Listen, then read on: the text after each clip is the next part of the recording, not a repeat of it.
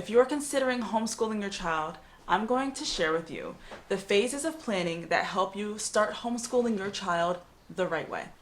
Hi everyone, my name is Cynthia and I am a homeschool mom. This channel is all about motherhood, homeschooling, and occasional lifestyle vlogs as a stay-at-home mom. So let's just jump right into the video. I created this homeschooling guide to compartmentalize all of the thoughts that you might be having around homeschooling, and I put it all so in I think it's a logical order so that you can follow along and do this the way that I think is the best way to start homeschooling. The first thing that you want to do is know the homeschooling laws, because every single state has a different requirement for what your child needs to be learning. Some of them have curriculums that they want you to follow. They need you to follow the same curriculum as the schools or the same curriculum as the school district, or they may be more lenient. I know that Alaska is a pretty lenient state when it comes to homeschooling, and you can basically do whatever you want because that's just how the state is. And in other states like New Hampshire, there's more requirements and restrictions on what you can and can't do for your child. You can maybe not add in certain things. I'm not 100% sure about that. If you live in New Hampshire, comment below and let me know what the homeschooling laws are there. I think that would be interesting to look at. Yes, so that's just an example of homeschooling laws that you need to know so that you make sure that you're doing everything the right way. The very next thing is creating a budget or knowing the cost of homeschooling. Now, there is no set cost on how much homeschooling actually is across the board for everyone, because it does vary depending on the curriculum that you're choosing, depending on the age of your child, depending on how many kids you're homeschooling, if you're doing workbooks, if you're doing it online, if you decide to do some hands-on instruction, if you hire a tutor, if you're creating the curriculum yourself. It depends on a lot of things, as you can tell. So make sure you create a budget for yourself. So if you only want to spend $300 to homeschool your kid for the entire school year, you need to do some research, honey. You need to look into it and figure out, what are the core values that I want to get out of this curriculum? What are the things that I want my child to take from this that is going to be beneficial and throughout this school year so that they can learn certain skills? What is your goal? You know, things like that you need to know. So that's the second thing. The second thing is creating a budget, and the first thing are knowing the homeschool laws, okay? The third thing that I wanted to add in was, it's not a requirement depending on the state you live in. Again, a lot of things in this homeschooling video will depend on the state you live in, but creating a homeschool portfolio, I think is amazing, and it's an amazing idea.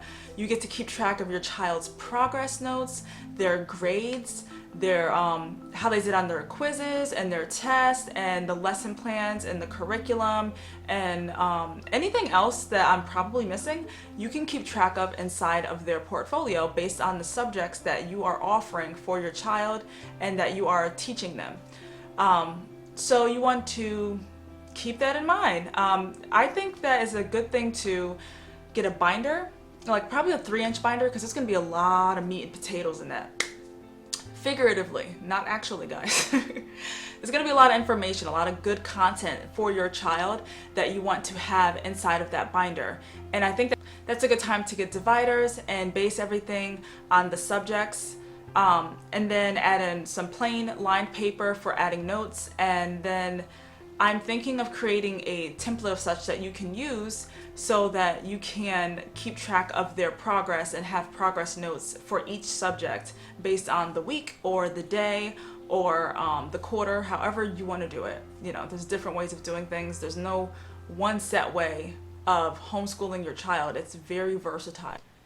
You need to know the type of learner. Let's go back to that. You need to know, well, we can't go back to that because I didn't say it yet, but you need to know the type of learner that your child is. Now, these aren't really steps in a sequential order or anything like that, but I think that knowing the type of learner your child is before you even start homeschooling on that first day of school is very imperative. You need to know if they're a visual learner, auditory, kinesthetic. What type of teacher are you? Do you like to what's your teaching style? Do you remember any of the teachers that you had growing up and what you wanted to take from them? How does your child learn? You need to know these things. And I think the best way to find out this information, the answer to this particular question is how my child learned, is by just trying different things with them before the official launch day of homeschooling. You need to know, what am I going to be doing for my child that their teacher hasn't done for them that will be beneficial for my child? Why am I taking my child out of public school, out of private school, or why am I not putting them in to begin with? What is my why? What's my reasoning for starting homeschooling to begin with? Does my child have special needs? Is there some type of learning disability? Is my child bored in school? Do I not like my school district? Do I feel as though I can teach my child better? Figure out what that looks like for you. Figure out the answer to your reasoning. Now, another major part of homeschooling, the big umbrella under it, is the curriculum that you choose for your child. You need to do a lot of research in this area because there's so many different types of curriculum that you can choose from.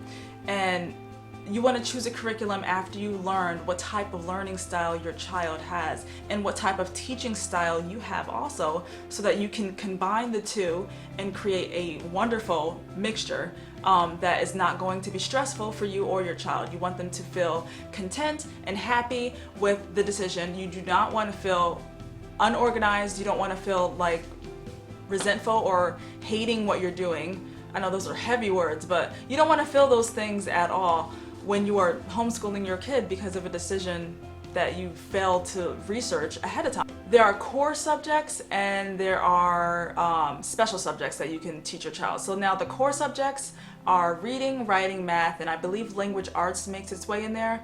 And then you can add things in that your child might love to do. Say they love playing piano, so you start adding in a curriculum for lesson plans on playing piano. Or they love art, or they're really good, I can't think of anything, history. Say you want to add history in there, or science. There's so many different subjects. You can add exercising, a gym time, which you don't have to bring them to a physical gym. You can just do some exercises. You can incorporate meditation and yoga and religion and whatever you want to add in addition to your schedule. You can totally do that because you're the teacher. It's your curriculum that you are making for your child. And that's the great thing about homeschooling. As a side note, I just wanted to add that it's a good idea to stay consistent with the curriculum that you end up choosing for your child, because you don't want to keep flip-flopping and going from different types of curriculums throughout the school year, because it's not good for the child. Children thrive off consistency and things staying the same. So it's really important here, mom or dad, that you, or grandma, whoever's homeschooling the child, that you are staying consistent, and that you do all the research ahead of time, and that you know what you're going to do before you're going to do it. You just don't jump in, grab a workbook, throw it at them, and you're like, fill out question 1, or whatever you end up saying to them. You want to make sure you have a plan, have a lesson plan for each subject every single day that is completely different from the day before. And maybe do some recaps. That would be helpful because it helps them, especially with math and reading and all the subjects. Recaps will definitely be helpful. You may ask yourself, how do you find the right curriculum for you? Well, there's a few different things you can do. There's 3 different things you can do. The first thing you can do is find a homeschool support group, either virtually or locally at probably you can go to the library has great resources. You could always go to your local library to get resources. Maybe the town hall might have something, maybe, depending on how small your town is or if you live in a city. You can also go on a Facebook group and find any information on homeschooling support groups there. You can go to a convention. That's a great way to find more information.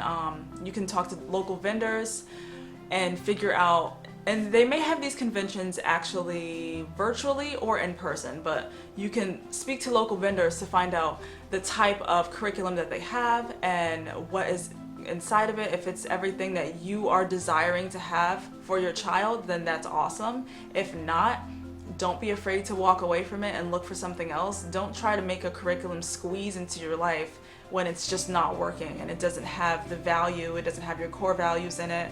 If it's missing things, you can add things to a curriculum too. I've seen some people, they will add certain things to a curriculum of, they might like the reading, writing, and the math, but they want to add in something, say they want to teach their child Spanish or they want to add in some history or a certain type of science, then they would do that with separate online things or work.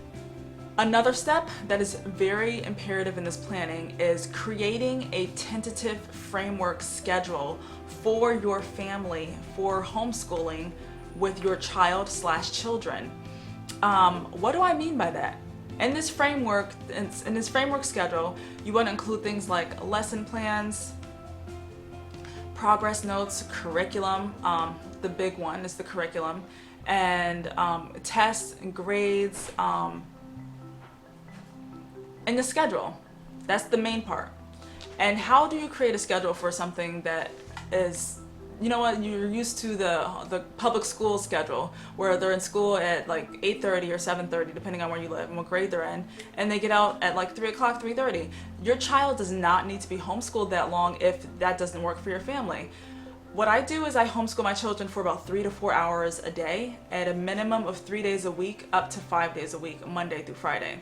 And that really varies depending on sometimes the mood of the child, because you don't want to, if they're not feeling well, you don't want to force them to learn that day, and you're like, come on, you can do it, I know you, and they're just not, you know, they're coughing and they might have a cold, you know, you don't want to push. But you can make different time blocks on how you create your schedule. Say, for example, in the morning you do 30-minute lessons for reading, writing, math, and then you add in science and then language arts and history.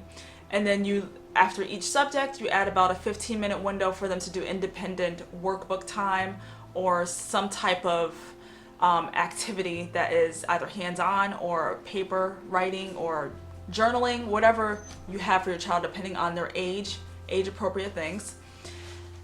So you can create time blocks that you can move different things around. So if you want to have chores incorporated in their schedule because they're staying home with you, you want to add in chores and appointment time and time to maybe, depending on if you want to add religion into it, time to read the Bible, or time to do their music lessons or their artwork or whatever. You can move around those time blocks, but just have it so that you know you want to do all those things every single day, but they may not happen in the same order every single day, but they're still happening, and that's still a good goal to accomplish. Speaking of goals, something that's very important, I believe, is creating a daily top 3 goals that you want to accomplish with your child.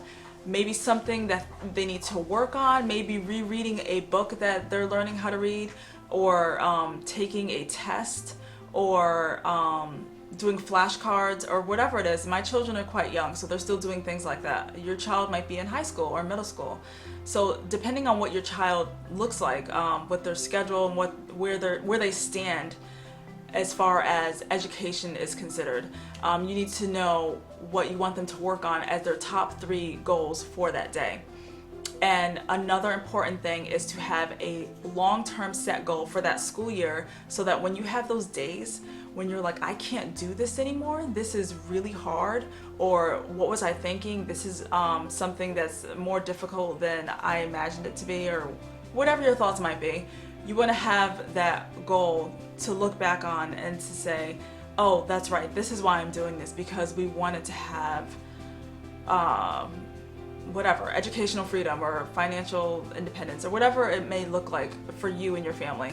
It may be because they have special needs, it may be for religious reasons, it could be for a lot of different types of reasons. But set that goal for yourself, write it down, and put it somewhere where you're going to look at it every day, especially on those days when you don't feel like homeschooling.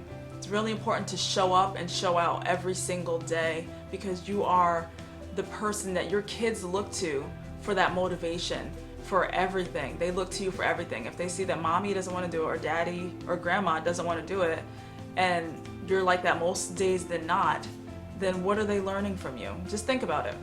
That's a whole nother video. The very last thing that you're going to do, and this is the final step, and I covered all those other steps because I think that they are very important to get into your mind before you actually decide to legally make this a legal decision, which would be writing a letter of intent to the Board of Education in your school district. And in that letter, you are going to include the child's name, your name, the grade level that they're in, contact information, and I feel like I'm forgetting something else, but you include that information, and the board may ask for further details, on what type of curriculum you're using and what your book list may look like, or anything that they want to ask you for further information, they can. And that's why it's important to do the other steps, the other phases, not steps, the other phases of planning before you write that letter of intent. So another tip I would add is maybe on the weekends or over the summer, maybe you can do a trial run with your kids. Like, you don't have to actually buy a curriculum. You can, if it's up to you. You can create a curriculum, or you could try their different learning styles and figure out how they learn. Take the summer, or at least a month, to figure out how my child learns, what my teaching method is, how I'm comfortable, where they're comfortable, where our finances stand for doing this. Is this something I can do long term? You know, this is something that is a good investment. You're investing in your child's education, so you don't want to take it lightly. But this is something that I highly suggest. So that's the end of this video. I wanted to just have you comment below and say, I am ready to start planning for homeschooling. And write that in the comment section, like the video, and I will see you in the next video. And that's it. Bye, everyone.